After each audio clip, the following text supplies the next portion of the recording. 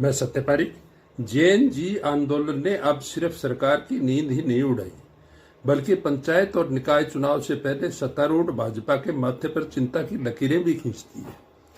देश भर में युवाओं के बीच उड़ रही आवाज अब महज छात्रों का आंदोलन नहीं रह गई।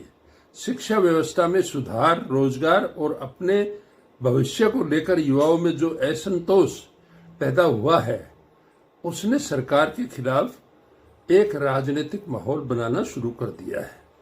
भाजपा के लिए सबसे बड़ी परेशानी ये है कि इस आंदोलन की पहुंच किसी एक वर्ग या किसी एक राजनीतिक दल तक सीमित नहीं दिखाई देती।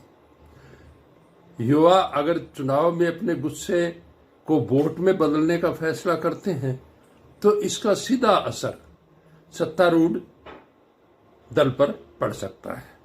सरकार के सामने एक तरफ चुनाव आयोग की SIR यानी मतदाता सूची का विशेष गहन पुनर्निरीक्षण जैसी कवायद है, जिस पर विपक्ष पहले ही सवाल उठा चुका है।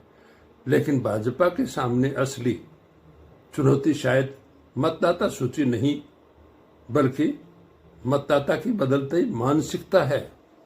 क्योंकि सूची में नाम काटना या जोड़ना अलग बात है और मतदाता का मन बदल जाना अलग बात है। यही कारण है कि शिक्षा व्यवस्था को लेकर जैन जी के कार्यक्रमों ने सरकार की चिंता बढ़ाती है। छात्राओं और युवाओं की भागीदारी ने इस आंदोलन को और व्यापक रूप दिया है।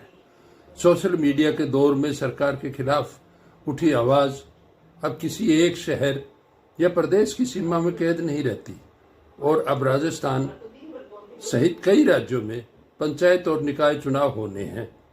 यहीं से जैन जी आंदोलन की असली राजनीतिक परीक्षा शुरू होगी, क्योंकि विधानसभा और लोकसभा चुनाव में राजनीतिक दलों का संगठन काम करता है, लेकिन स्थानीय निकाय और पंचायत चुनाव में उम्मीदवार के साथ जनता के बीच खड़ा होता है।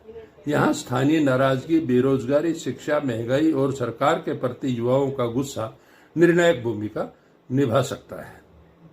भाजपा के लिए खतरे की घंटी यही है कि जिस युवा वर्ग को अपने भविष्य का मतदाता समझ रही थी, वही युवा अगर सवाल पूछने और सत्ता का जवाब देने के मूड में आ गया है, तो चुनाव समीकरण तेजी से बदल सकते हैं।